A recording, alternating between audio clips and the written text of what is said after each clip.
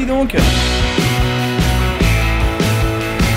René fait causer À Noirmoutier. avec nous. Et c'est qui nous? Quentin et Margot. Ah oui. Nos concurrents quand même qui sont là, nombreux, on commence à percevoir de belles couleurs avec ces belles voiles. Voilà, on parlait des années 70, 80, on est sur... Attends, on va peut-être remettre un petit peu de contexte là. Nous sommes donc sur l'île de Noirmoutier à l'occasion du Vintage Fun Cup Tour. Ah ok, bon, ça explique tout. Je comprenais pas aussi les combis Volkswagen de toutes les couleurs, magnifiques. Et les vieilles planches à voile, de toutes les couleurs aussi. Ouais, attends, on ferait bien de se dépêcher parce que là la régate elle va bientôt commencer et j'ai toujours pas installé le studio dans le combi. Ok, ça marche. Bon, bah, je prends mon micro, mon enregistreur et je vais faire un tour.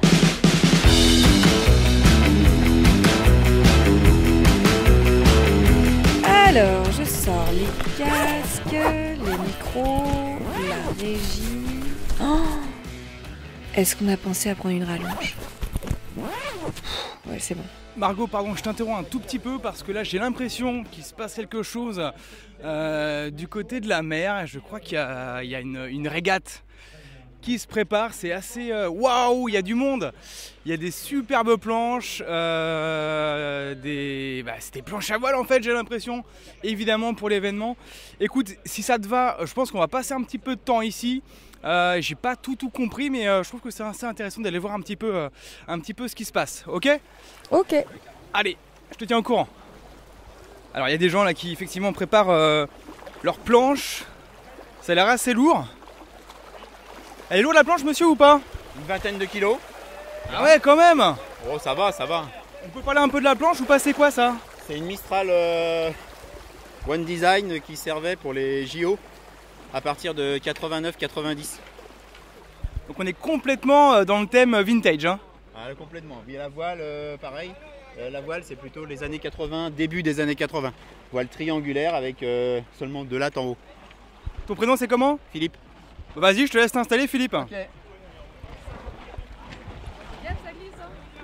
Alors il y a Philippe qui s'installe, il passe entre les rochers, il y a des petites algues là, c'est un petit peu glissant. Alors lui il a les petits bottillons, c'est cool, donc il est protégé. Moi je suis en basket, donc c'est un peu plus compliqué. 20 kg cette planche. Oula, j'ai failli tomber. Et voilà, il a mis la planche à l'eau, Philippe. En tout cas il y a beaucoup de sourires aujourd'hui, ça c'est sûr. Je vais voir un monsieur numéro combien? 54? 64? Monsieur qui me tourne le dos, 54. 54. Comment ça va? En pleine concentration. Ah, ça a l'air vachement avec le gros sourire et la lunette de soleil. Oui. C'est comment ton prénom? Hervé. Bon, Tu fais quoi Hervé ici exactement? la régate Vintage Fun Cup. Mais ça va être une grande première parce que j'ai jamais régaté. Donc on va voir ce que ça donne. Hein. Alors explique-moi, c'est quoi le concept de cette régate exactement? Le concept est assez simple. Ça consiste à faire un triangle olympique et arriver le premier. Voilà. C'est assez simple. Et évidemment, tu vises la première place. Ah non, je pense pas. Là, je me teste sur du matériel que je connais pas trop. Donc non, l'idée c'est de participer, passer un bon moment. Bon courage. Merci. Ils sont sympas ces mecs là, dis donc.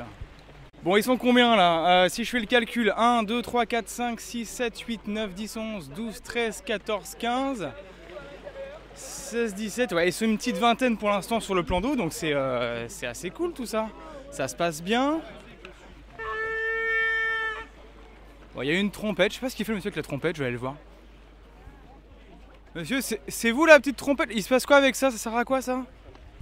Ça sert à prévenir les dauphins qu'on va partir. Ah oui, c'est vrai. Alors ils sont les dauphins parce que je les vois pas là pour là, regarde, regarde là-bas, tu vois de l'écume là-bas. Il y a plein de dauphins là-bas.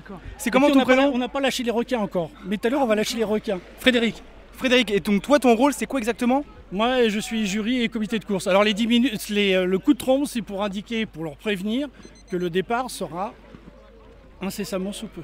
Là ça fait bip bip, pourquoi? C'est normal, c'est mon chrono qui décompte.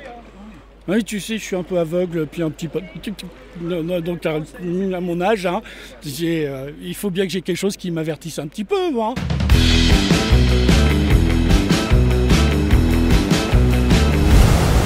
Alors, vous n'êtes pas à l'eau, vous, mesdames? Ça manque de femmes sur le plan d'eau, là, quand même. Alors, ça manque de femmes, absolument, mais les femmes des années 80, où sont-elles passées? Oui. Où est Jenna de René? On l'attend. On attend Jenna, d'ailleurs. Mais, On était adolescents. mais nous, à l'époque, oui, on était aussi sur les plans d'eau avec eux, mais Mais pas aujourd'hui. Mais depuis, il y a des ligaments pétés. C'est Moi, ça. je laisse mon mari. Il est où votre mari? C'est le 33. Donc Le normalement, 33, il est, 33, il est 33. annoncé dans les meilleurs. Hein. Ah d'accord. Ok, on va suivre ça alors. Vos prénoms c'est comment? Stéphanie. Et Séverine. Alors Margot, je sais pas si tu le sens là du combi, mais ça sent la crème solaire. Ah, clairement, il y a un temps magnifique. Il n'y a pas un nuage dans le ciel. C'est très très agréable. Et toi, comment ça se passe dans ton combi? Bah écoute, moi ça va, il fait pas trop chaud dans le van, j'ai fait un petit courant d'air parce que bon, on est quand même en plein cagnard, mais ça va. Il y a un tricheur là-bas, il recule. Margot, il y a un tricheur. Et pourquoi c'est un tricheur? Ils sont tous alignés, lui il est déjà parti là. Et là le départ de la course, ça en est où? Là il reste que allez, quelques petites secondes avant le départ, c'est Frédéric qui va donner le coup de corne. Attention, faut pas dépasser la limite. 4, 3, 2, 1. Ah,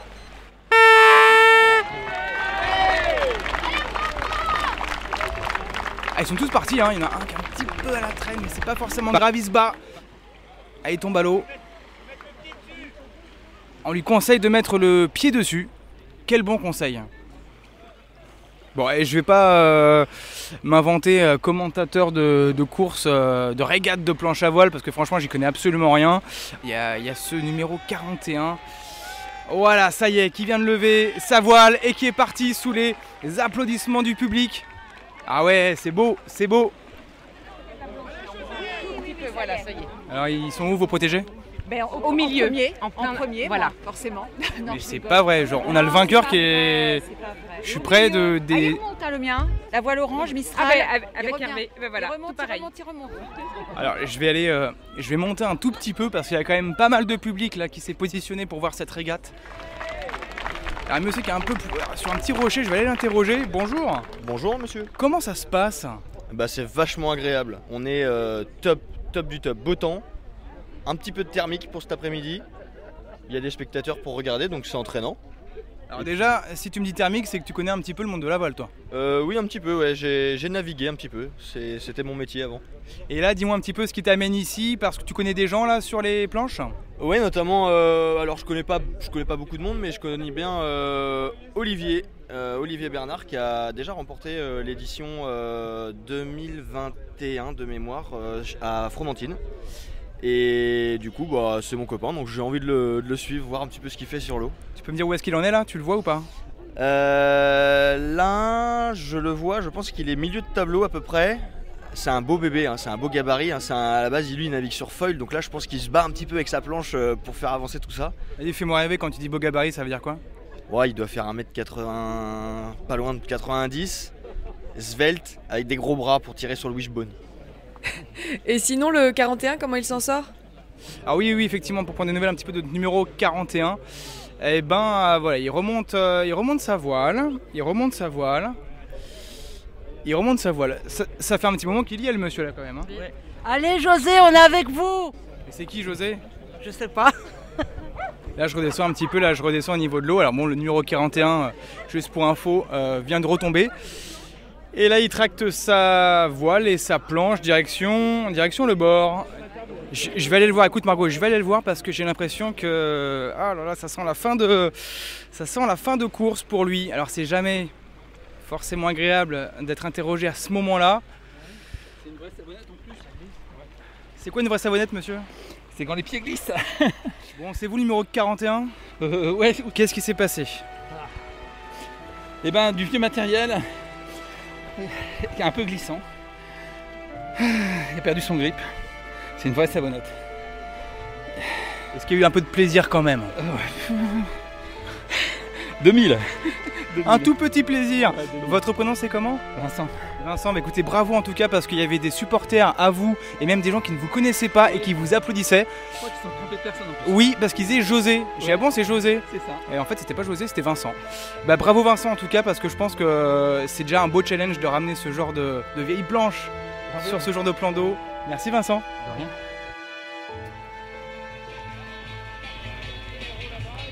Bon, bah du coup, Quentin, là, il est parti faire un petit tour. Ah bah tiens, bah... Et tu rentres bredouille, y a personne avec toi? Non mais j'étais avec le... Tu sais pour le... Non.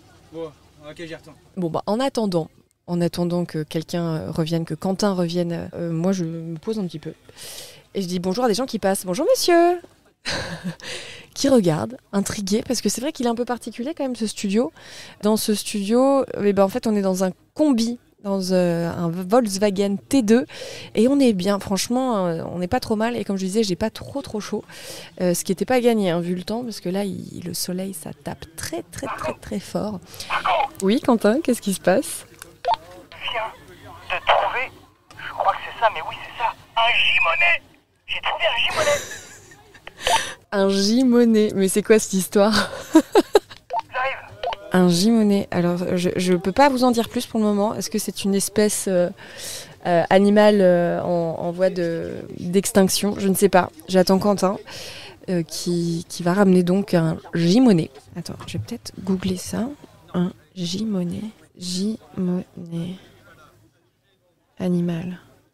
La Gimone, non c'est une rivière. Ah non, c'est Venin qui nous veulent du bien, super. Non, je trouve rien du tout. Bon, bah on va voir ce qui nous a dégoté. Oh, je suis trop content d'avoir trouvé un J-Money. Je viens de le dire à Margot. Ouh, ça y est, je crois que je l'ai trouvé. J'ai trouvé.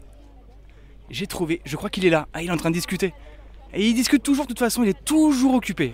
Attends, je le touche pour voir. Ouais, c'est ça. T'es un J-Money? Un vrai en chair et en os. Ouais, c'est toi? Ouais, oui, c'est moi, c'est moi. Là, Margot va être ravie. Hein. Écoute, on va se diriger vers le combi René Prod. Margot. Ouais. Margot, regarde. Hein, non mais tu te... Mais si, je te l'avais dit, j'ai trouvé un J-Money. Donc parce que j'ai googlé sur internet un J-Money animal et il y avait un truc sur une espèce venimeuse. Arnaud, mais non, tu n'es pas une espèce venimeuse, rassure-moi. Bon. Ah, ça va pas du tout. Allez, viens t'asseoir avec nous, Arnaud, on va un peu parler. Rentre dans ce combi. Arnaud, J-Money. Viens, je touche. Ça va pas du tout. Arnaud, merci d'être avec nous. Merci Margot de me recevoir.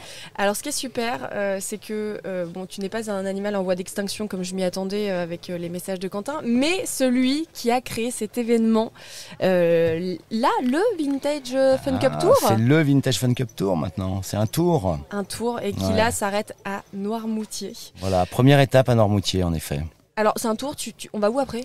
Eh bien il y a d'autres étapes qui se préparent. Il y a évidemment l'étape d'origine qui est à Fromentine sur le continent. Et puis il était logique de venir ici sur cette deuxième étape parce que je fais ça avec un copain aussi qui est Mathieu. On se connaît, on a commencé la planche il y a 35 ans ensemble. Ça remonte un petit peu maintenant. Et c'était assez logique de faire ça ici sur un spot qui est juste magnifique quand même. Alors oui, effectivement l'endroit, je ne l'ai pas encore décrit, mais il y a un petit côté un peu Californie, quoi. Cette route qui serpente le long de la côte avec cette eau cristalline. On a un temps de dingue en plus aujourd'hui. On va peut-être quand même expliquer ce que c'est. Il y a beaucoup de choses. Ici, il y a plein de stands, il y a aussi des combis, donc pas des... Enfin, il y a deux combis, ouais, des combinaisons qu'on enfile. Voilà, on est au Pren et puis des jolis combis des années 70, 80 qu'on retrouve là juste devant la mer et c'est vrai qu'on se croirait vraiment en Californie, quoi. Ah, il y a un peu de ça. Hein. Donc c'est un rassemblement de combis et de vieilles planches. Exactement, ouais, c'est ça. L'idée, c'est le temps d'un week-end, c'est de se replonger finalement dans les années 70 et je crois qu'on n'a pas trop mal réussi. Et finalement, de plus savoir dans quelle année on est avec finalement ces planches sur l'eau et ces combis au bord de l'eau. Et c'est pas un hasard, c'est que le combi quand même c'était le véhicule du planchiste, du véliplanchiste, du surfeur, du windsurfer. Donc voilà, l'idée c'est vraiment de recréer l'ambiance qu'il y avait à la grande époque de la planche à voile où tous les compétiteurs venaient avec leur combi sur le spot pour participer à la compétition et puis surtout faisaient passer un super moment entre eux et ça se finissait quand même souvent au bar. Hein. Ça c'est sûr, mais alors attends Arnaud, les années 70, toi t'as pas connu. Non, j'ai connu un peu après, mais on est toujours nostalgique de ce qu'on connaît pas. Donc finalement, c'est un peu ça que j'avais envie de revivre. Et moi, j'ai toujours été passionné par les voitures anciennes qui sont plus vieilles que moi, que j'adore conduire. Et puis la planche aussi. Et puis finalement, cet événement m'a permis de réunir mes deux passions. Et en plus de le faire les pieds dans le sable, je crois que c'est plutôt sympa. Ce qui est plutôt cool. Ça t'est venu comment? Tu t'es levé un matin et tu t'es dit ah mais ouais, les vieilles planches et les combis c'est quand même sacrément cool. Et donc petit caprice d'enfant, je vais tous les réunir. Ouais, c'est ça. C'est vrai que j'avais participé à pas mal de réunions moi de voitures anciennes. J'ai fait de la course auto où on retrouvait cette ambiance-là avec les combis qui venaient accompagner, nous accompagner et faire un peu le décor quand on faisait nos courses de voitures anciennes. Et je me suis dit finalement c'est la même chose avec les planches. On a la même nostalgie, la même Madeleine de Proust. Donc on va faire ressortir les vieilles planches des garages parce qu'il y en avait plein dans les garages, dans les greniers qui servaient plus. J'en ai une vieille dans mon garage. Voilà. Mais comme tout le monde, parce que dans les années 80, tout le monde achetait une planche, qu'on sache en faire ou pas. Tout le monde achetait une planche et tu partais le 15 août, les grands jours de départ en vacances, il y avait une planche au moins sur chaque voiture. Donc quand il n'y en avait pas deux. C'est ça. Donc voilà. Donc finalement de ces deux passions, je me suis dit et un peu cette connaissance que j'avais de l'organisation de petits rallyes, de voitures anciennes et d'avoir participé aussi à des concentrations ou à des courses ou des rallyes. Je me dis on va faire la même chose mais avec la voile, avec la planche. Et parce que l'idée aussi c'était de refaire naviguer les gens. Parce qu'on se rend compte que les gens finalement ils partent en vacances une semaine et ils n'ont plus le temps forcément de faire de la voile comme on le faisait avant quand on partait un mois au même endroit et on se posait pas de questions, on allait prendre un cours d'optimiste, on faisait du catamaran et puis on allait faire de la planche puis on finissait au Club Mickey aussi pour certains. Donc voilà, c'était ça l'idée de se dire voilà, les gens naviguent moins, comment on va faire pour les faire naviguer un petit peu plus et comment on va aussi promouvoir un petit peu le territoire et pour remercier quand même les villes qui nous accueillent à chaque fois à bras ouverts et c'est le cas aujourd'hui de l'Épine puisqu'on discute avec eux depuis déjà le mois de décembre. Et ça prend du temps parce que moi je me souviens, je t'avais croisé, c'était juste avant le Covid, ça n'existait pas, c'était juste une idée et aujourd'hui c'est quand même un événement où tu as des personnes qui viennent pas simplement de Vendée, ça brasse large, qu'est-ce qui s'est passé? Mais je pense qu'il y a une bonne énergie et on est là surtout pour s'amuser et ça se ressent et je pense que les gens viennent juste prendre du plaisir, que ce soit les participants en régate ou que ce soit les gens en combi. On a besoin, on a une époque qui est pas toujours très drôle, on en parlait tout à l'heure, mais quand je repense à comment on l'a créé, je l'ai créé dans mon salon à Paris sur mon téléphone grâce à Facebook. L'événement il n'existait pas, on a balancé 2-3 posts, 2-3 photos en disant venez, retrouvez-nous, on va sortir vos combis, sortez vos planches, on sera plein.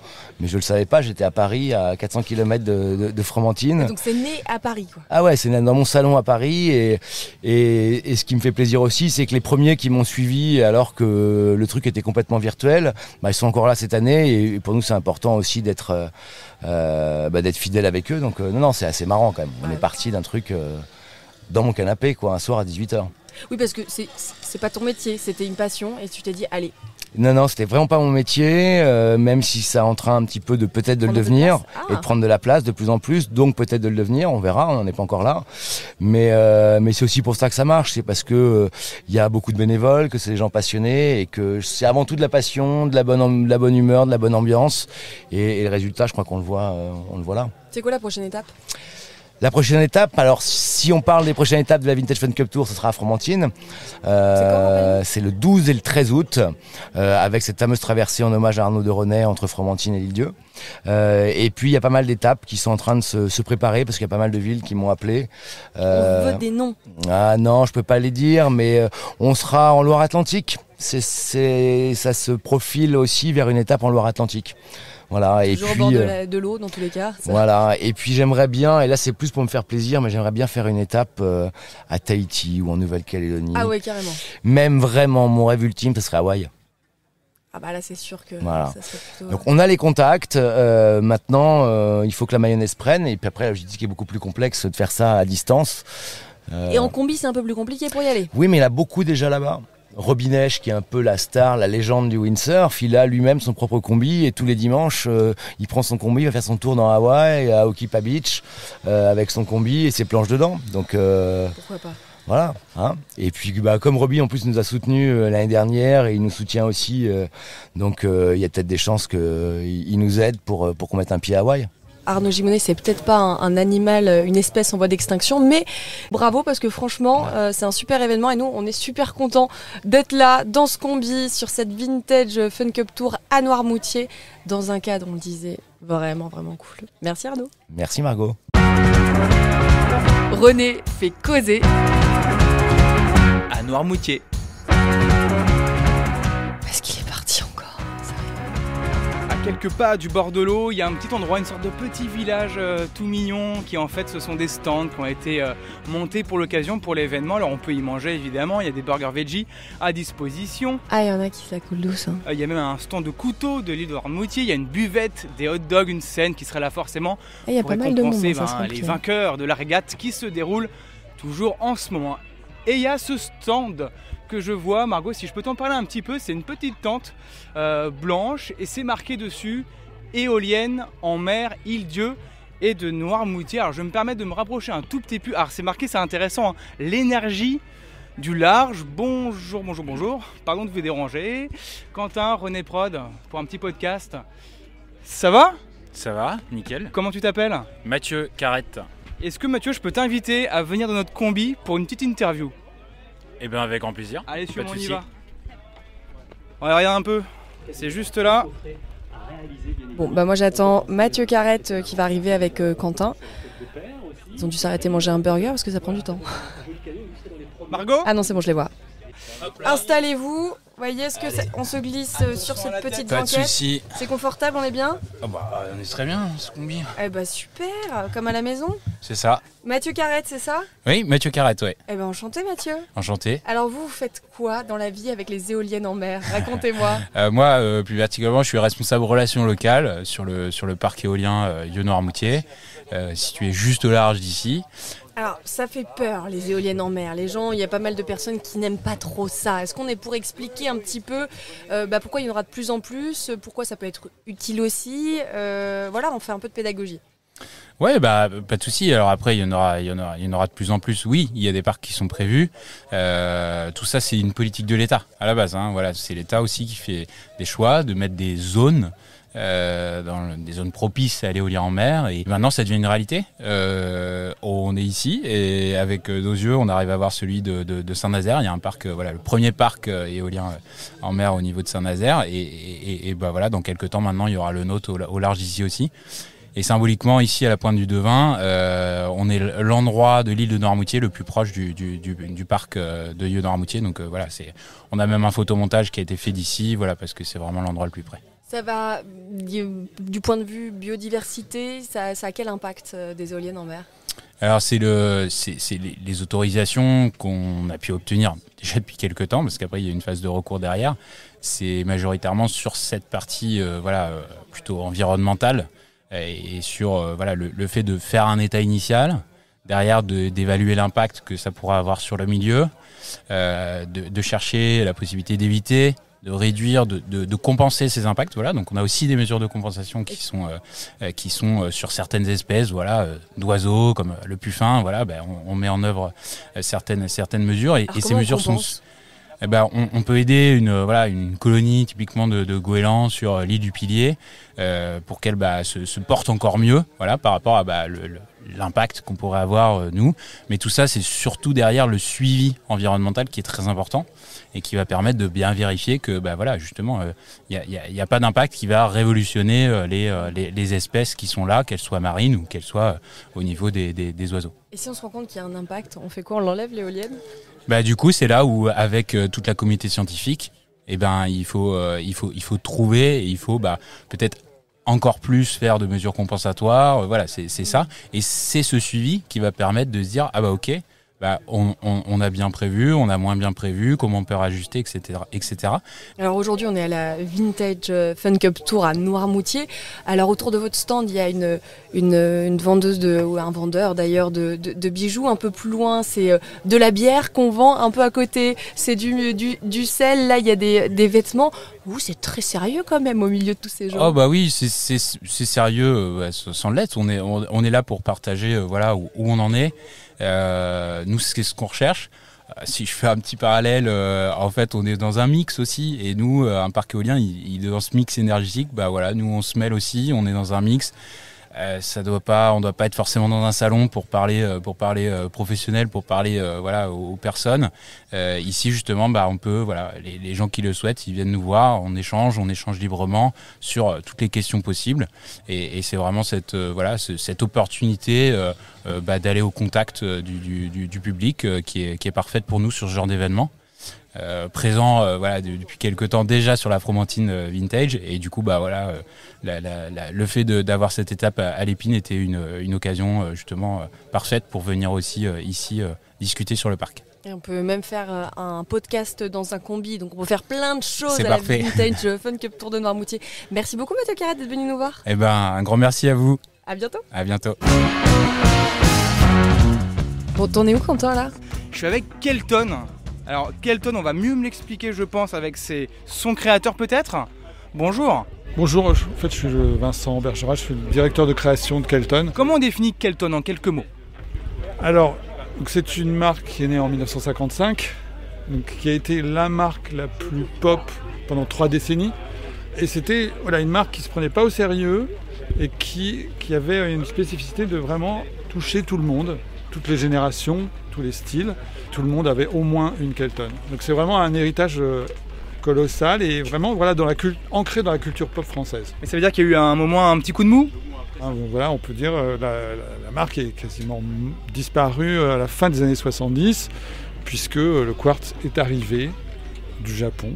Et voilà, les montres françaises fabriquées, les montres mécaniques ou automatiques, devenaient obsolètes. Mais tu es là. D'où vient cette renaissance? Alors en fait, j'ai été appelé par les gens qui ont racheté la marque dans les années 2015-16. J'ai travaillé avec Edith Chapelle-Petit, qui est un peu mon binôme, qui est la directrice de la marque, sur qu'est-ce qu'on pouvait faire avec cette marque, comment la réorienter, la redessiner, la redéfinir. Alors vas-y, dis-nous un petit peu la nouvelle définition un petit peu de Kelton, c'est quoi maintenant? Alors, rester une marque assez pop, vraiment travailler sur la qualité, sur une transparence aussi, et ne pas se prendre au sérieux, pas trop en tout cas.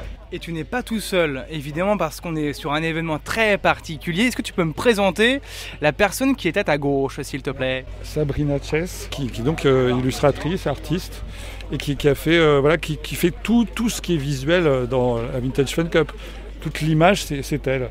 Et pour rester un petit peu juste sur les montres, Sabrina, est-ce qu'on peut prendre la montre qui est juste devant nous?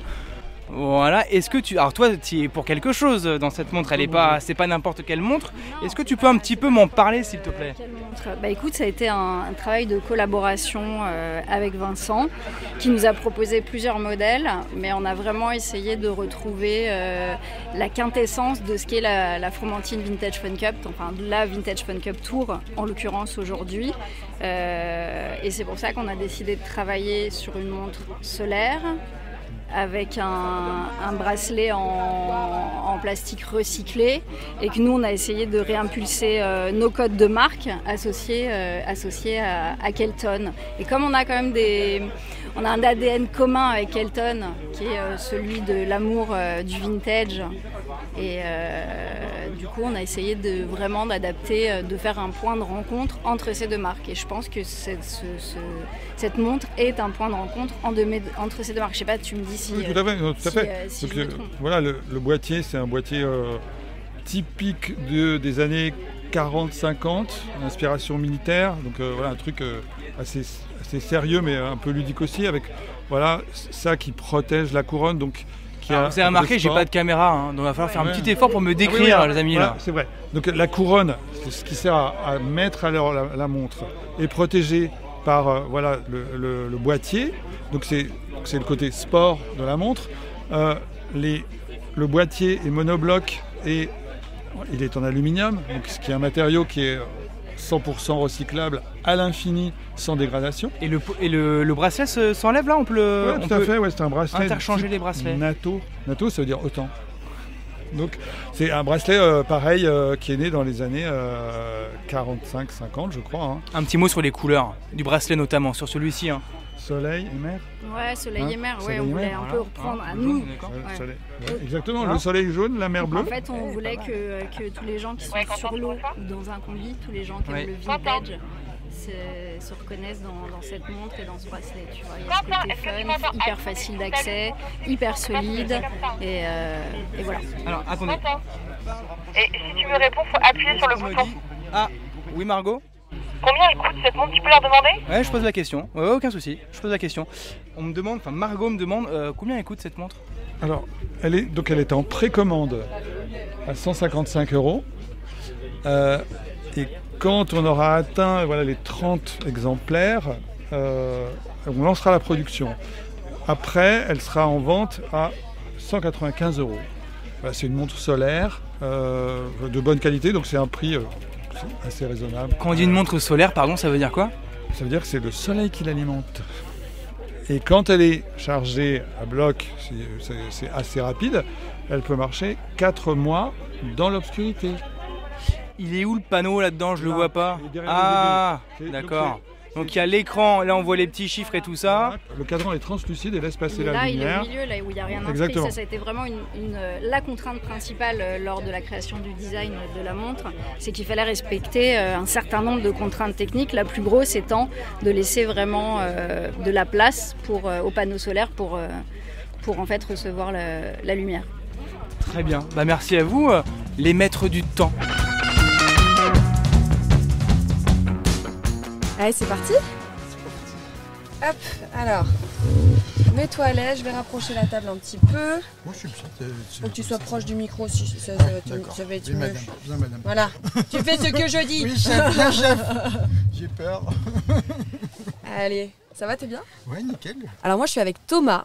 Thomas, qui est le président et le fondateur d'une association qui s'appelle Hope and Down. Alors Thomas, est-ce que tu pourrais nous en dire un tout petit peu plus sur Hope and Down? Oui, je peux. Dis-moi tout. L'association Open Down, en fait, c'est une association de parents d'enfants différents ou pas. Du coup, l'asso, elle est ouverte à tout public. Donc les parents d'enfants handicapés, puis aussi les parents d'enfants atteints du trouble de normalité.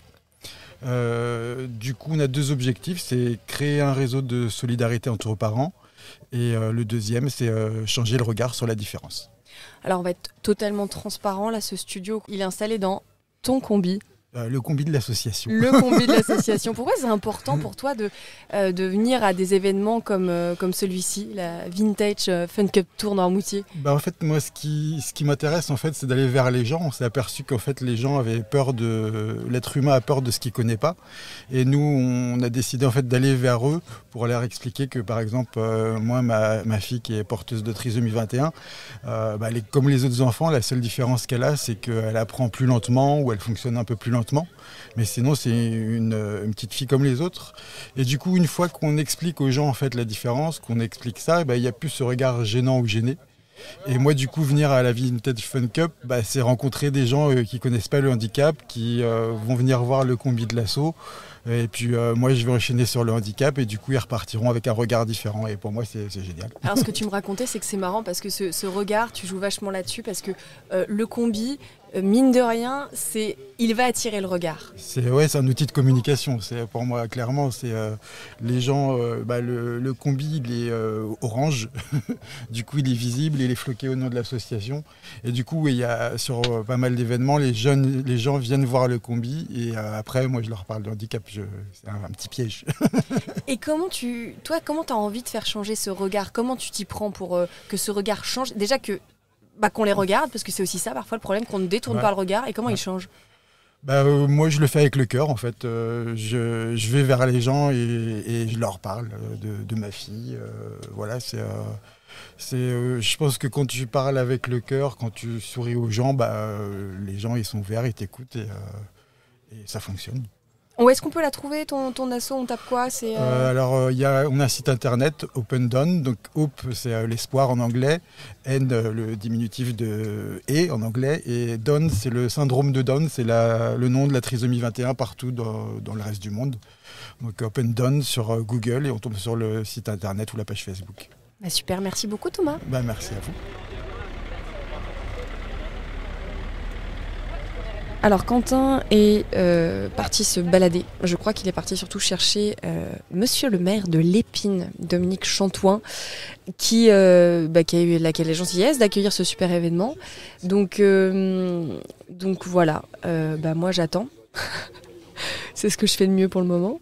Donc je précise au cas où, pour ceux qui n'auraient pas compris encore, je ne suis pas dans une combi, je ne me suis pas non plus infligé ça, je suis dans un combi, un T2 Volkswagen pour être précise, qui est orange, qui est très sympa, on le repère bien. À l'intérieur, il y a une petite banquette, ma foi, très confortable. Et puis, sauf que moi je ne suis pas sur la banquette. Ça, c'est pour les invités. Moi, je suis sur un petit tabouret très inconfortable. Mais c'est pas très grave. Ah, et je vois Quentin qui arrive avec monsieur le maire, Dominique Chantouin. Venez, asseyez-vous. Sans son écharpe, hein. Sans son écharpe, effectivement. Comment allez-vous ? Fort bien. Vous êtes bien ? Je rapproche un petit peu la table. Là, on est comme à la maison ici. Et, oh là là. Sans son écharpe, mais avec un joli t-shirt. Avec un très beau t-shirt de... la Vintage Fun Cup Tour Noirmoutier, parce qu'on est à Noirmoutier, à l'Épine, pour être précise. Alors, monsieur le maire, vous avez donc accueilli cet événement. Pourquoi ça ? Alors, pourquoi on a accueilli cet événement ? Alors, on avait regardé d'un œil... on jalousait un petit peu ce qui se passait à Fromentine, ce qui s'est passé à Fromentine l'été dernier. Donc sur le continent, sur quand on est sur l'île de Noirmoutier, on regarde en face, ça dépend où est-ce qu'on se trouve, ouais, c'est le continent. C'est le continent. Et on avait regardé cet événement avec intérêt, puisqu'on trouvait ça assez fun, puisque donc l'histoire des VV, donc une époque avec les planches à voile vintage. D'abord, ça, personnellement, moi, ça me rappelle ma jeunesse. Donc, j'allais vous demander, ça vous parle cette époque ? Ah, mais complètement, parce que j'ai eu la deuxième planche à voile sur l'île de Noirmoutier. Et à l'époque, on enseignait De tous les habitants, vous avez été le deuxième à avoir une planche à voile. Deuxième planche vendue sur l'île. Alors, peut-être qu'il y en a qui en avaient avant, qui en ont eu avant, mais. Ah oui, quand même. C'était voilà. En quelle année, si c'est pas trop indiscret ? Écoutez, tout à l'heure, j'essayais de me souvenir, mais je m'en rappelle pas. Je pense que c'était dans les années 75, 76, un truc comme ça. Ah oui, donc là c'est un retour vers le futur pour vous, vers le passé en l'occurrence. C'est un paysage qui vous rappelle des souvenirs. Surtout les modèles de planches qui sont utilisés aujourd'hui me parlent, puisque c'est des modèles de l'époque où je faisais de la planche jeune homme, je dirais. Et donc vous avez vu ça, vous vous êtes dit mais... C'est top. Moi aussi je veux. Ah oui, c'est top. Mais là je fais toujours de la planche, donc. Ah oui. Oui, donc. Je vous ai pas vu sur l'eau tout à l'heure. Non, mais j'avais d'autres obligations aujourd'hui qui ne m'ont pas permis. Mais normalement j'ai pris date pour l'an prochain. C'est vrai. On va vous voir sur l'eau l'an prochain. Oui, super. Pas de souci. Et vous vous êtes dit moi aussi je veux ça à Noirmoutier, que les gens viennent. Oui, la combinaison combi Volkswagen planche à voile vintage, c'est un art de vivre d'une époque révolue. Et donc, j'ai trouvé très sympa de pousser cet événement. Qui plus est, l'île est toujours intéressée par des événements un peu marquants, un peu phares. Et je pense qu'on est tout à fait dans le style d'événement qui est intéressant. Donc, et ça ramène plein de monde en plus. C'est ce qu'on disait, c'est pas que des Vendéens ou des Parisiens, c'est plus large encore. Ah non, puisqu'on voit bien, il y a pas mal de gens de l'île, là. On croise plein de gens de Noirmoutier là sur l'événement. En plus, on a un temps splendide. On a de la chance, ouais. Le spot, c'est un des spots extraordinaires de l'île, puisque la plage du Devin, on voit la couleur de l'eau et la transparence de l'eau aujourd'hui. C'est magnifique. C'est du rêve, quoi. Donc, oui, c'est ce qu'on se disait, c'est qu'en plus des combis et du décor à côté des planches, c'est que ça fait très route californienne avec les skateboards, parce qu'il y a des skates aussi un peu partout. Il y a un petit peu de tout, donc ça fait bord de plage. on se croirait peut-être en Californie. Oui, Ouais, un peu de ça. Je me souviens plus du nom de la plage, mais là avec la petite route le long. Long Beach, je crois que c'est... Non, Long Beach, c'est en Floride. Ah oui, vous avez raison, c'est en Long Floride. Beach, c'est en oui. Floride. Bah, ça peut, je vais me rattraper, ça fait un peu Floride aussi, vous trouvez pas? Non. Non, pas vraiment, c'est pas grave. Et en plus d'être maire de l'Épine, vous êtes président de la communauté de communes, c'est ça? J'étais. Vous ne l'êtes plus? Non, j'ai démissionné. Ah bon? Il y a au mois de novembre. Donc, c'est tout récent, c'est pour ça mes fiches ne sont pas à jour. Vos fiches ne sont pas à jour, voilà. Donc, alors ceci explique peut-être cela aussi. Ah, voilà. C'est bien, on sait tout. Mais c'est l'avantage aussi de ce petit van, c'est qu'il y a un côté salon, cocooning, on se confie, on dit les choses. Voilà. Vous êtes bien? On est bien là. Moi je suis bien. On aurait un petit verre, ce sera encore mieux. Mais... Alors on a des tasses, on pourrait les remplir. Et vous savez quoi? Vous voulez quoi? Un petit café, une petite bière? Qu'est-ce que vous voulez? Oh, une petite bière.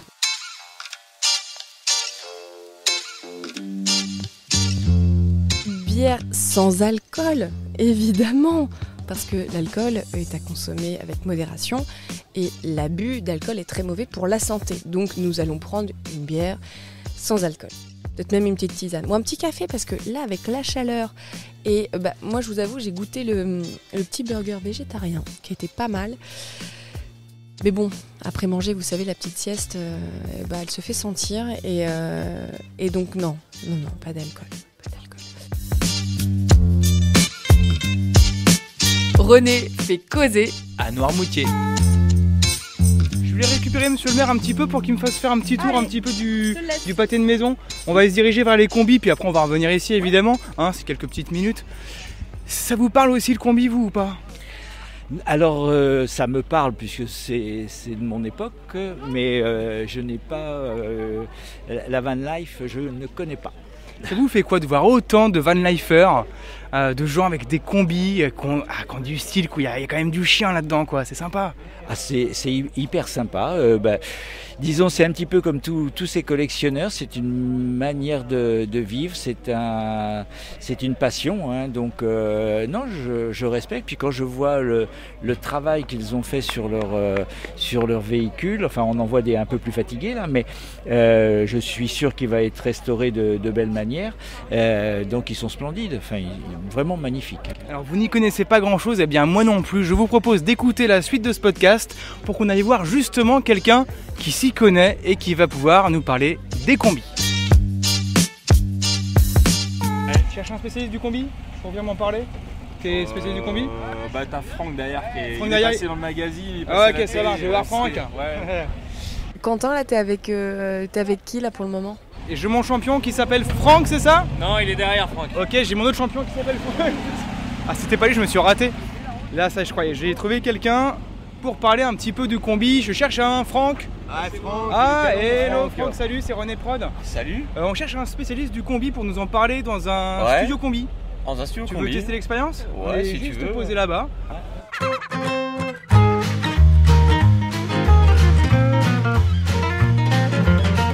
Il y a Franck qui arrive, tiens. Franck, mais Franck, viens donc t'asseoir. Regarde ce petit canapé, cette petite banquette. Ah bah oui, faudrait pas mettre du sable dans le combi. Voilà, hop là. On est bien sur cette banquette, Franck? Eh bien écoute, oui, c'est une petite banquette d'origine bien moelleuse avec ses petits ressorts et tout. T'as de la chance parce que moi je suis sur un tabouret. Ah oui, toi tu as le pouf. Ouais. Okay. Bah ouais, mais place à l'invité. Bah exactement. Franck, est-ce que tu peux te rapprocher un petit peu du micro pour que j'entende tout ce que t'as à me raconter? Bien sûr, il n'y a pas de problème. Donc toi, Franck, on m'a dit, attends, va voir Franck si tu veux parler combi. Ouais. Pourquoi faut aller voir Franck si on veut parler combi? Parce que j'ai 45 ans et que j'ai commencé avec ma première Volkswagen, j'en avais 17. Ah ouais. Donc ça fait quand même quelques années que je suis dans le milieu. Et en plus, mes premiers combis, ça devait être vers 22, 23 ans, quelque chose comme ça. Moi, c'est un truc de dingue quand même, cette communauté. C'est vrai. Déjà, on parle aujourd'hui de vanlifer, c'est vraiment beaucoup plus large. Mais le combi, en tout cas, vintage, ça, c'est quand même quelque chose. Et cette communauté, en plus, hyper soudée. Ouais, c'est vrai. Et puis, ça met le smile à tous les gens qu'on croise, etc. Comment t'expliques ça? Parce que c'est connoté esprit de liberté avec les années 60-70 où en fait on faisait absolument ce qu'on voulait quand on voulait. C'est plus trop le cas aujourd'hui d'ailleurs. Même avec un joli combi, on est quand même un peu embêté. Mais ça amène à la rêverie en fait, à cette liberté. Et c'est ça qui fait que les gens... L'évasion. Ouais, les gens adorent voir des combis. Et puis entre nous, ouais, il y a une grosse communauté et assez soudée, ouais. Tu peux me parler un peu de ton combi aujourd'hui? Ouais. Il a un petit nom ou pas? Ouais, il s'appelle Vendredi. Pourquoi Vendredi? Parce tu l'as que acheté c'est à le Vendredi? copain de Robinson. Ah, et c'est toi Robinson alors? Non, c'est la famille. On est des petits Robinson à notre échelle, quoi. On vadrouille un petit peu partout. Et en fait, on a une petite particularité, c'est que on n'aime pas les campings. Ah bah oui. Donc, en fait, on cherche toujours à aller à un endroit, à trouver un spot, ce qu'on appelle un spot pour dormir le soir.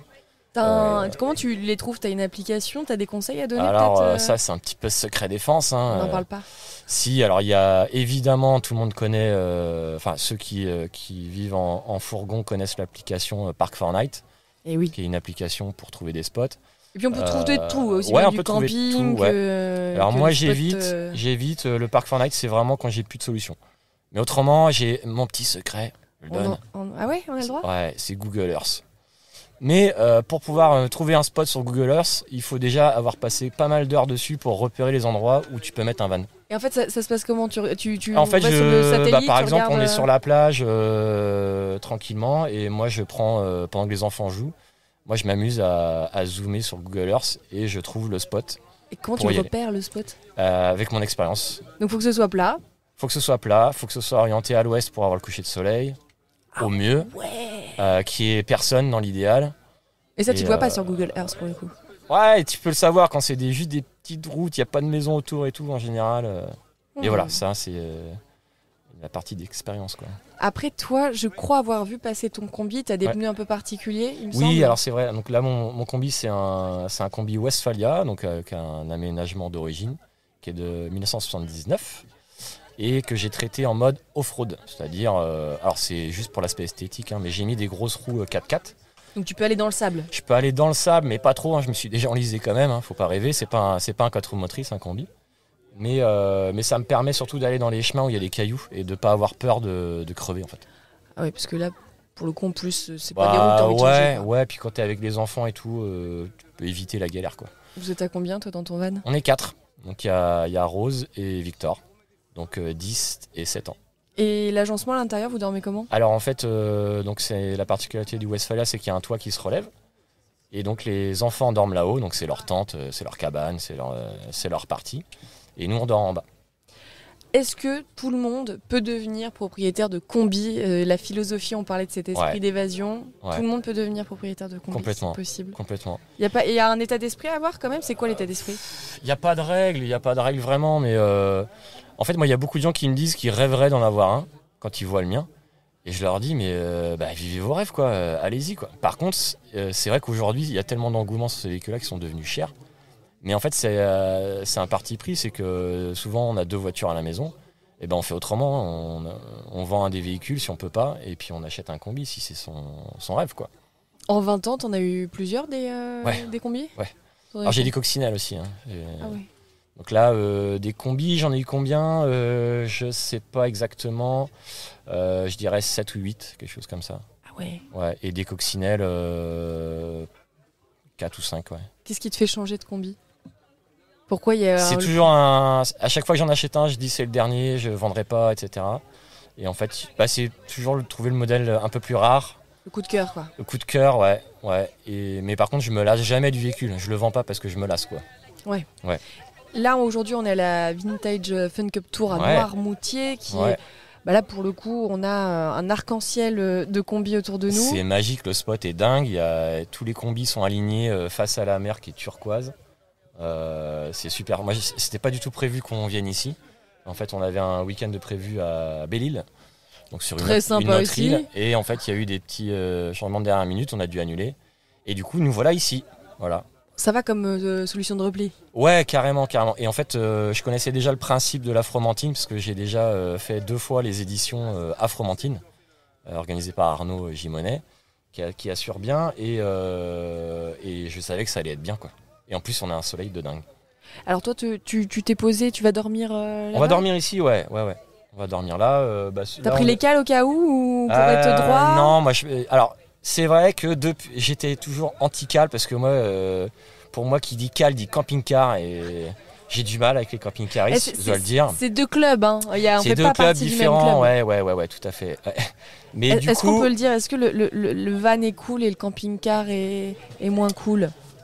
Ouais, on peut dire ça. Après, c'est pas les mêmes personnes. La plupart du temps, c'est plutôt des personnes âgées qui ont des camping-cars. Et je le comprends. Ça coûte un peu plus cher aussi, un camping-car. Ça coûte plus cher, mais je le comprends parce qu'il y a quand même du confort, quoi. Et moi, je trouve ça déjà bien que des personnes âgées soient encore sur les routes à vadrouiller. Je trouve ça génial. Et en soi, c'est cool. Mais carrément, aussi. Carrément. Donc ça me ferait pas mal d'aller discuter avec un camping-cariste, quoi. Et donc, il te prêterait ses cales alors ou pas pour la nuit ? Ouais, alors par contre, ce que j'allais dire, c'est que j'ai acheté des cales l'année dernière. Ouais, sacrilège. Si, parce qu'il y a des fois où il y a vraiment beaucoup de pentes. Parce que normalement, ce que je fais, c'est que je regarde autour de moi et je trouve un gros caillou pour me caler. Mais il y a des endroits où il n'y a pas de cailloux. Donc, ouais, j'ai vacillé, j'ai acheté des cales. Ce soir, ça va aller, il y aura besoin de cales. Mais ce soir, non. Les cales, je les prends que quand je pars en vacances. Quand c'est en week-end, on se débrouille autrement. Voilà, on arrive toujours à se débrouiller. Bon, si demain matin je te vois avec les jambes qui ont doublé de volume ou la tête toute rouge, c'est que le camion penché, le van penché un petit peu. Merci en tout cas, Franck, on a appris plein de choses, c'est super. Et moi je retiens Google Earth. Bon, putain, ça reste entre nous, hein. On garde pour nous.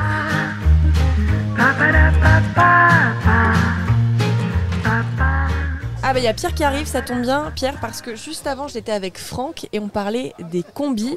Et qu'est-ce qu'on met au-dessus d'un combi ? Une planche de surf. Et toi, tu es bénévole à la Surfrider Foundation Europe. Est-ce que tu peux nous en dire un petit peu plus sur cette fondation pour laquelle tu es bénévole ? Alors la fondation, donc l'antenne mère européenne, elle est à Biarritz. Donc à partir de là, après, il y a des antennes qui se sont montées un petit peu partout en Europe, majoritairement en France. On en retrouve tout le long du littoral. Nous, l'antenne vendéenne, donc, elle a existé il y a environ 25 ans, mais elle s'était essoufflée. Donc nous, on a repris l'antenne en 2019. On était 4, maintenant on est à peu près une dizaine. Ça a commencé par 2 copains surfeurs qui se retrouvaient dans l'eau avec des déchets autour d'eux pendant qu'ils surfaient. Donc quand c'est notre terrain de jeu favori et qu'on voit dans quel état il est, on se dit que ce serait peut-être bien de le bichonner un petit peu. Et donc on s'est inscrit dans cette association qui défendait des valeurs dans lesquelles on se retrouverait.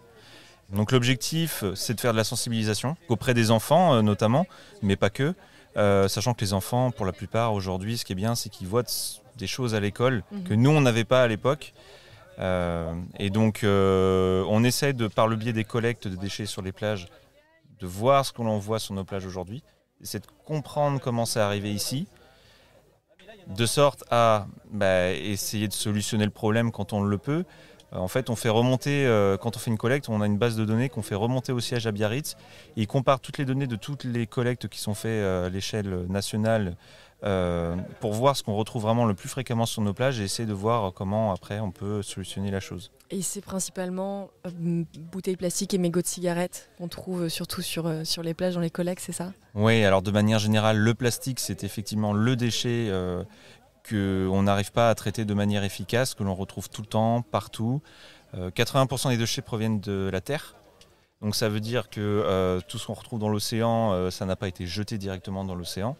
Il y a aussi des choses qu'on retrouve dans l'océan qui ne viennent pas forcément de France, qui peuvent venir de d'autres pays et par le biais des courants. Voilà. Mais c'est vrai qu'on sous-estime parfois les courants, comme même nous, nos déchets peuvent se retrouver en Arctique, en Antarctique. C'est vrai qu'il y a des courants qui peuvent les emmener très loin. Mais alors moi j'ai quand même une petite question, parce que là on est dans la Vintage Fun Cup Tour à Noirmoutier. Autour de nous, alors c'est un sujet un peu délicat, mais il y a plein de combis. C'est pas dingue en termes d'écologie. Comment tu te positionnes par rapport à ça ? Alors moi j'aurais tendance à dire que on peut pas se priver de tout. Le combi, il y a un petit côté recyclage parce que c'est vintage, ça fait longtemps qu'il existe, donc en termes de poids carbone, en le réutilisant, voilà, on peut voir la chose comme ça. Comme tu l'as bien dit, il y a l'esprit surf. Nous, ce qu'on aimerait bien, c'est que dans l'esprit surf, il y a une sorte d'harmonie entre le côté vintage, passion et respect de l'environnement dans lequel on exerce la passion. Tous les surfeurs sont écolos ? Non. Alors déjà, l'étiquette écolo, je l'accepte plus ou moins bien dans le sens où, à mon sens, c'est plus de l'écologie, on est sur du bon sens en fait. Et que l'océan est le plus grand poumon terrestre. Et à un moment donné, au-delà de la qualité de l'eau de l'océan, que si jamais on continue comme ça, on pourra clairement plus se baigner dans l'océan. Il y a le fait aussi que ça nous permet de produire une quantité d'oxygène énorme. Donc en fait, sans l'océan, sans les êtres vivants qui s'y trouvent, en fait, l'espérance de vie de l'être humain va être réduite à 0, quoi. Mais tout à l'heure, donc on le disait, tous les surfeurs évidemment ne sont pas écolos ou n'ont pas ce bon sens. Et pourtant, c'est ce que tu me disais au tout début, la mer, c'est votre terrain de jeu. Toi, est-ce que c'est ta première cible, les surfeurs, d'essayer de leur dire, les gars, si vous voulez qu'on continue, les gars et les filles évidemment, si on veut continuer à s'amuser dans ce terrain de jeu, il faut en prendre soin. C'est eux la première cible ou c'est beaucoup plus large ? Alors c'est beaucoup plus large.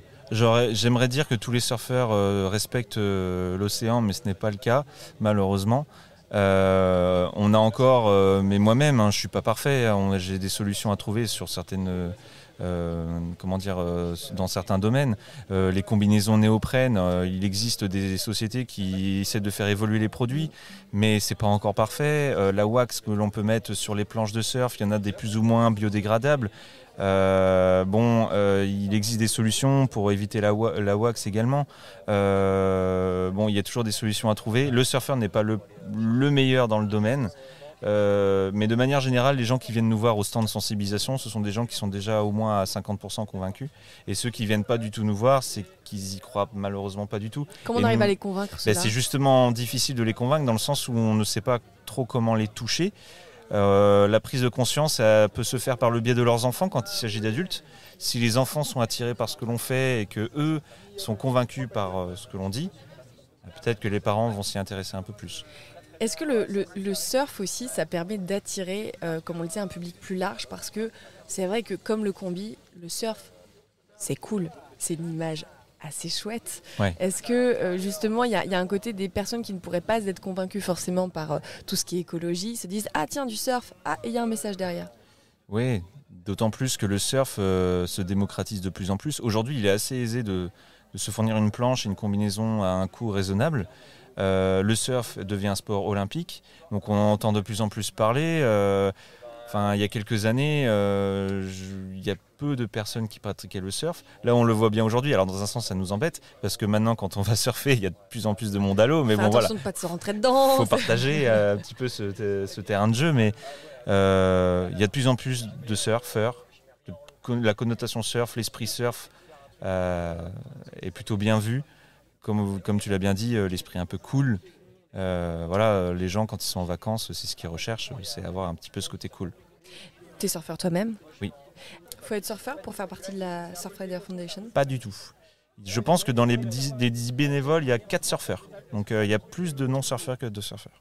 C'est marrant de choisir du coup de s'engager pour une asso qui porte le nom de surf et de pas l'être soi-même. Ouais, après, je pense que, comme je le disais un peu plus tôt, c'est qu'il y a un état d'esprit général qui fait qu'il y a une prise de conscience de tout le monde. On se dit qu'en fait, on ne peut plus continuer comme ça. Et le faire par une association qui a cette étiquette un peu de surf cool, c'est sûrement plus facile que peut-être de passer par une autre association ou fondation qui est peut-être moins attrayante. Donc oui, c'est peut-être pour ça qu'on a des bénévoles non-surfeurs aussi avec nous. Pourquoi c'était important pour toi de venir à cette Vintage Fun Cup Tour à Noirmoutier ? Alors déjà pour le concept de l'événement, c'est un événement qui est très cool. Il y a toute une connotation surf, skate, voile, combi, etc. qui tourne autour, qui est plutôt sympa. Et Arnaud, c'est une des premières personnes qui nous a contactés quand on a remonté l'antenne et qui nous a proposé un stand à la Fromentine Fun Cup d'il y a 3 ans, je crois de mémoire. Et du coup maintenant qu'il a mon numéro perso, il m'appelle dès qu'il fait un événement. Il me harcèle, je n'en peux plus. Et du coup c'est avec joie quand on est disponible bien sûr de venir participer à cet événement. Merci beaucoup Pierre d'être passé aussi par notre combi pour ce podcast et puis bon courage pour la suite. Merci à toi aussi. Quentin à Margot, me reçois-tu ? Oui, je te reçois Quentin. Que se passe-t-il sur le terrain ? Dis-moi tout. Écoute, tu te rappelles le départ de la course là tout à l'heure ? J'ai avec moi le gars qui permet que ça se passe bien. Ok, bah je vous attends.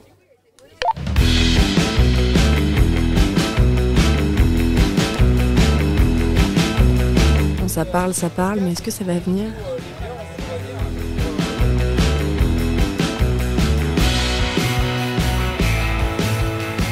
Alors peut-être pas. Quentin est en train de parler avec un monsieur dehors. Je ne sais pas qui c'est. Mais visiblement, il n'a pas envie de rentrer dans le van. Je crois que je lui fais peur. Ouais, je pense que c'est bien le gars grâce à qui ça se passe bien. Je connais pas son nom. Mais on va pas tarder à le connaître, je pense. S'il veut bien rentrer dans le van. Enfin, si c'est bien lui, ça se trouve, c'est pas du tout lui.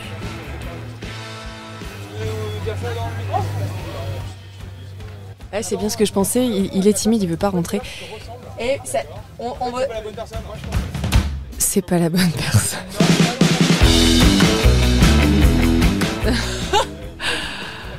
J'adore. Bon, alors en fait, Quentin parle avec une personne qui n'a rien à voir avec le schmilblick. Et là, il rame. Il essaye de rattraper sa bourde. Mais c'est vrai, il s'en sort pas trop mal. Il garde le sourire. Et voilà, on a le bon monsieur qui arrive. Bonjour monsieur, salut. Ah bah oui, bien sûr, salut, tu vas bien? Il y a un problème, c'est que des fois j'oublie les prénoms, les visages. Bah, ça tombe bien, je connais pas son prénom. Allez-y, installez-vous. Bonjour. Bonjour.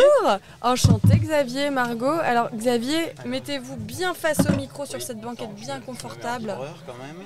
On se vous voit, on se tutoie, on fait quoi Xavier? On se tutoie, non? Allez, on se tutoie. Alors, Quentin m'a dit que tu étais le gars grâce à qui ça se passe bien. Ah, je sais pas, mais moi je suis directeur de course en fait. Ça Alors, fait partie de mon métier. Alors, c'est quoi un directeur de course? Eh ben, un directeur de course, il prépare la course en amont, avec toutes les formalités administratives, le dispositif de sécu, la constitution de l'équipe. Et puis après, on met le match en place sur l'eau, sur la partie sportive. Ouais, le match, la compète, enfin, tu vois, on fait la partie mise en place sur l'eau. D'accord. Et il y a combien de personnes qui s'occupent de ça? Moi, je suis tout seul là sur une petite compète comme ça. Je suis tout seul. D'accord. Et après, je m'appuie sur l'équipe que Mathieu Gravelot a mis en place. Et puis, tu vois, 6, on était une petite dizaine sur l'eau et moi, je coordonne toute l'équipe. Alors, quand tu dis tu coordonnes toute l'équipe, ça veut dire que tu fais quoi exactement? Tu leur dis c'est par là qu'il faut passer, attention Ouais, pas vraiment. En fait, je leur explique l'organisation du dispositif de sécurité. Ce matin, on a refait un petit point sur les parcours que j'avais créés, voir les points de vigilance sur les parcours. Et puis après, on met en place ensemble les parcours, le système de surveillance, quand tout se passe bien. Et puis, s'il y avait un incident sur l'eau, on le gère en équipe, quoi. Et moi, je donne les différentes consignes pour que ce soit parfaitement bien géré. Et alors, c'est quoi tes consignes? C'est quoi les risques? Qu'est-ce qui se passe? Il peut se passer quoi en fait on parle d'une course, d'une régate, quand il y a plein de gars comme ça et de filles qui montent sur une planche à voile, qu'est-ce qui peut se passer? Bon, écoute, très classiquement, tu peux avoir quelqu'un qui se blesse, qui fait un malaise, voilà, assez classique. Là, on avait la particularité sur un plan d'eau comme ça, c'est de tourner un peu autour d'un plateau rocheux. Donc il faut quand même aussi baliser la zone pour que les planches n'aillent pas trop près du plateau rocheux, mais que ça reste aussi un parcours qui soit sportivement neutre, propre, quoi, idéal pour tous. C'est-à-dire quand tu dis neutre, qu'il y ait pas, que le parcours soit pas déformé à cause d'un plateau rocheux, enfin que ça reste vraiment dans la neutralité la plus parfaite pour que tous les coureurs puissent s'exprimer. Après, on peut avoir de la casse matérielle, voilà, c'est essentiellement les risques encourus, quoi, qui sont plutôt mineurs, mais il faut les gérer, il faut être prêt à les gérer quand ça arrive. Ça veut dire que toi, tu l'as fait le parcours avant, en planche ou en bateau? Non, je l'ai pas fait, mais j'ai 30 ans de métier derrière moi, je suis un ancien compétiteur. Planche à voile aussi? Alors, dériveur et un petit peu planche à voile, donc je vois bien les enjeux et les dangers possibles sur l'eau, quoi. Donc c'est comme ça que je crée le parcours. Il n'y a pas forcément besoin de le tester. En fait, tu vois, sur une course comme aujourd'hui, j'ai calculé les vitesses à peu près des planches, j'ai calculé ma longueur de parcours, et puis sur la course numéro 1, j'ai pu ajuster pour voir si j'étais dans le vrai. Donc j'étais dans le vrai, mais on a quand même ajusté d'une trentaine de mètres pour réduire un tout petit peu le parcours. Voilà comment je fonctionne après sur l'eau. Toi qui as l'habitude des courses, une course qui est vintage, donc avec des planches qui font 25 kg en moyenne, est-ce qu'il y a des choses auxquelles il faut faire un peu plus attention? Sur la partie sportive et sécurité, non, pas vraiment. En fait, la seule particularité, c'est que c'est des planches qui vont avancer moins vite que les supports plus modernes d'aujourd'hui. Donc c'est moins dangereux finalement? Oui, c'est moins dangereux. Alors oui, tu as raison, c'est moins dangereux parce que en même temps, les foils, pour ne citer que ces planches modernes, tu as forcément une vitesse élevée, Donc les foils, c'est des chocs. Une sorte de petite dérive, enfin Ouais, c'est pas une dérive parce que ça se fait retire voler. pas, mais ça fait que la planche, on a l'impression qu'effectivement qu'elle vole au-dessus du plan d'eau. Ouais, ça fait voler. Et donc forcément, quand tu as une chute à l'eau, c'est plus brutal. Le vintage, là, on est entre 5 et 7 nœuds de vitesse moyenne. Donc en donc, kilomètres, ça fait, on est autour de 13, 14 ouais, kilomètres. Il n'y a pas beaucoup de danger quand tu chutes à l'eau, à moins de tomber sur sa voile, ou voilà, c'est très rare. Donc pas beaucoup de particularités sur les vintage en matière de sécurité. Et en matière d'organisation sportive, il faut juste tenir compte de la vitesse qui est un peu inférieure et adapter le parcours en fonction de ça. Il y a des participants parfois qui viennent te voir ou pas pour être rassurés sur des choses, ou tu es plutôt dans l'ombre, ils savent pas trop quitter. En général, ils savent qui je suis parce que je fais toujours un briefing coureur pour expliquer un peu comment on va organiser tout ça. Sur une traversée comme l'Île-Dieu, Fromentine, qu'on a fait l'année dernière, j'ai eu quelques coureurs à qui j'ai réexpliqué un petit peu les axes parcours, les risques. Encouru, notre dispositif de sécu pour qu'ils se sentent aussi rassurés et juste pour qu'ils franchissent le cap de dire bon j'y vais ou j'y vais pas ou je suis pas sûr, mais voilà, ce côté un peu plus rassurant. Mais c'est plutôt à la marge en fait, hein. Les gens s'inscrivent en connaissance de cause. Et ça s'est passé comment là? Oh super bien, ouais super course, des conditions au top, et des conditions au top c'était mer plate, du vent, du soleil, et du coup on a pu faire des beaux parcours dans une zone où il y a quand même plein de rochers, où on est censé pas venir naviguer, et avec les conditions magiques d'aujourd'hui c'était un plan d'eau fantastique quoi. Avec les coups de soleil en prime, parce que oui. là comme ton nez peut en attester, Ouais, ce soir c'est ça. bien fine. Et ben voilà, on se protège et pas toujours bien, donc voilà, maintenant faut assumer. En plus en sécurité. Eh ben oui, t'as raison. On fait pas attention à ces petits accidents là. Eh ben non. Merci beaucoup Xavier d'être Merci venu à nous toi. voir. Et puis la prochaine course c'est pour quand? Eh ben ce sera la Fromentine Vintage Fun Cup le 12 août, traversée entre l'Île-Dieu et Fromentine. On espère que ça se passera aussi bien, mais il n'y a pas de raison. On croise les doigts. Allez, merci à toi. Merci.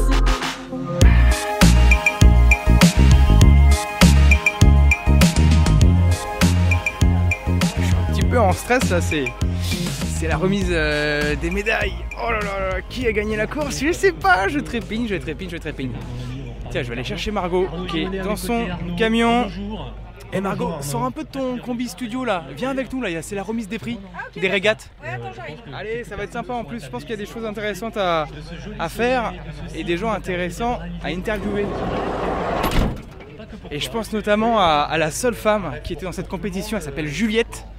Ah ouais, carrément. Et Juliette, elle a fait une super place, elle a fini 8ème et je propose qu'on aille la voir. Ouais, carrément, ça me va. Voilà, donc des produits locaux.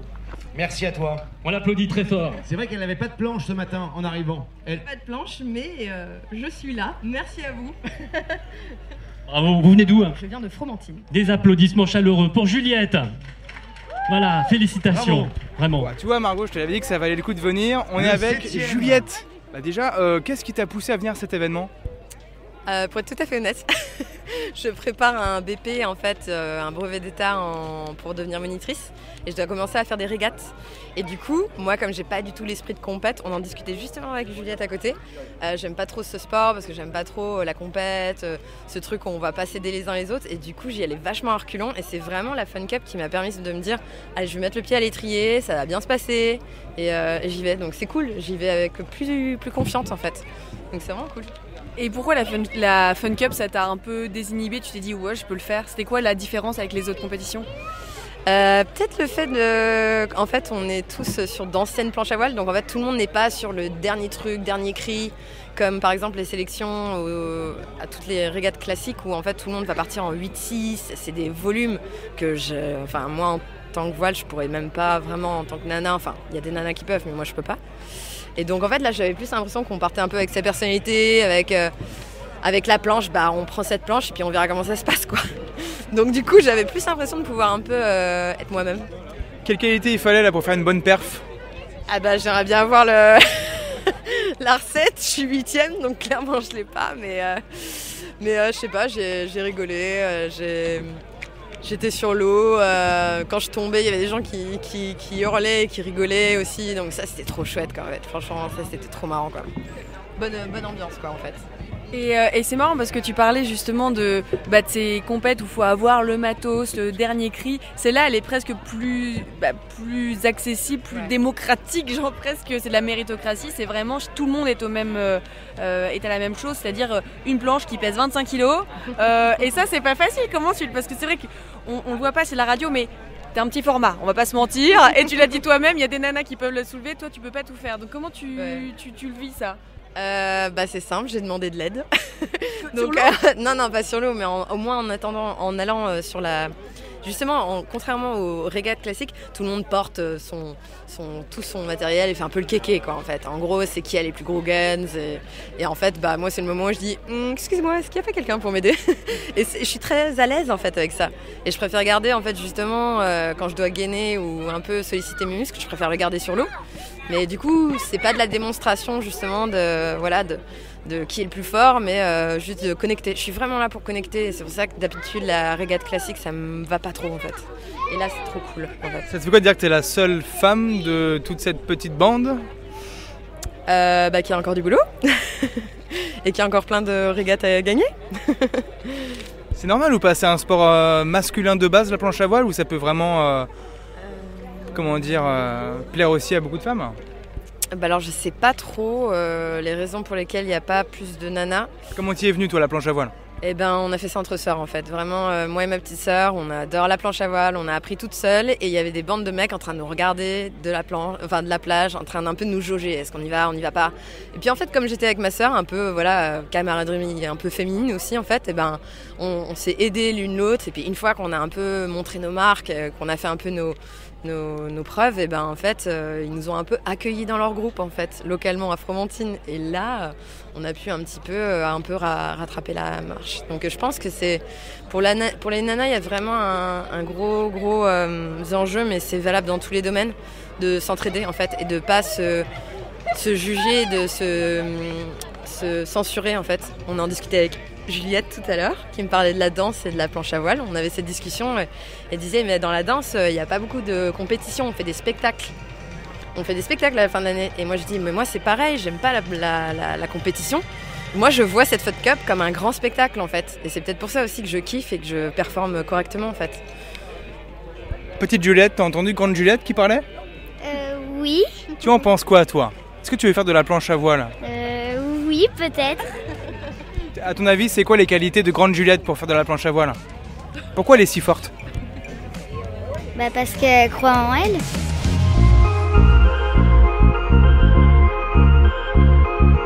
Je pense que c'est la morale de l'histoire en fait, hein. On va s'arrêter là. Merci pour ce petit moment en tout cas. Merci les Juliettes. Merci les Juliettes. À très bientôt, à l'an prochain c'est sûr.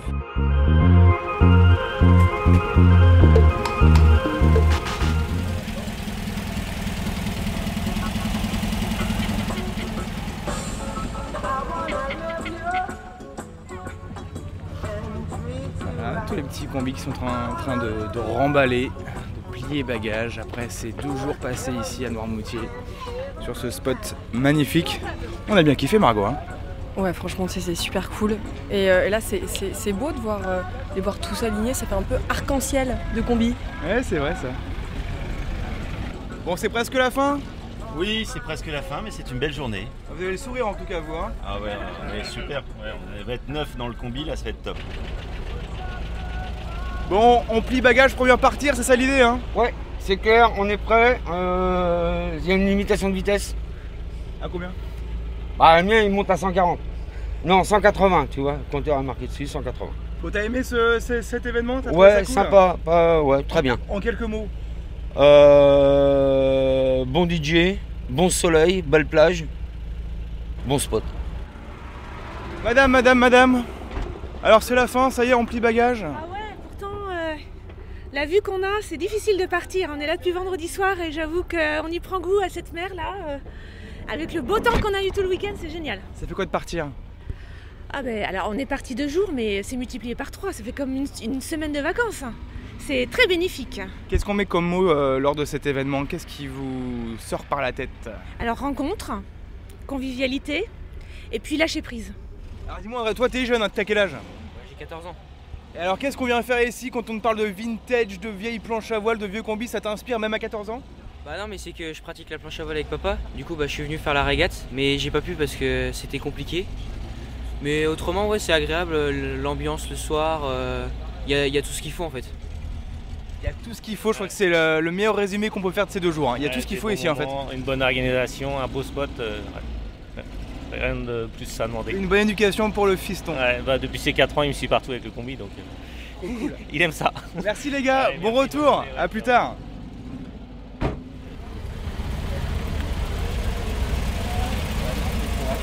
Bah non, la flamme bleue, elle est là.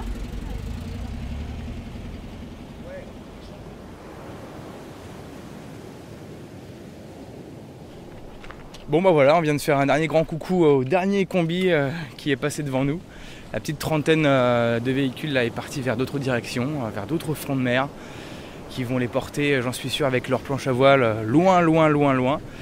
Et puis maintenant, il n'y a que le vent qui est avec nous et les clapotis de l'eau, ça fait du bien quand même. Hein. Ouais, c'est calme, c'est très agréable, même si cet événement était également très très agréable. On a rencontré plein de monde, plein de passionnés de combi, de passionnés de vieilles planches, on a parlé de plein de choses, d'environnement aussi, et puis surtout des superbes rencontres humaines, et moi tu vois c'est ça que je retiens aussi de cet événement.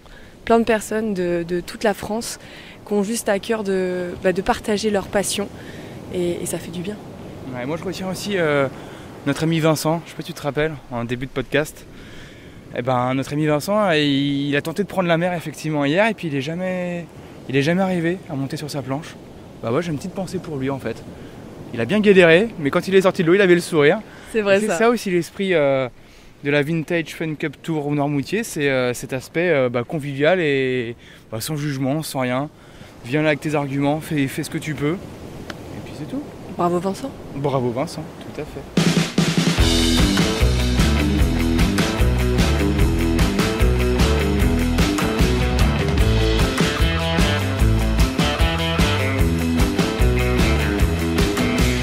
René fait causer à Noirmoutier. Un podcast produit et réalisé par René Prod.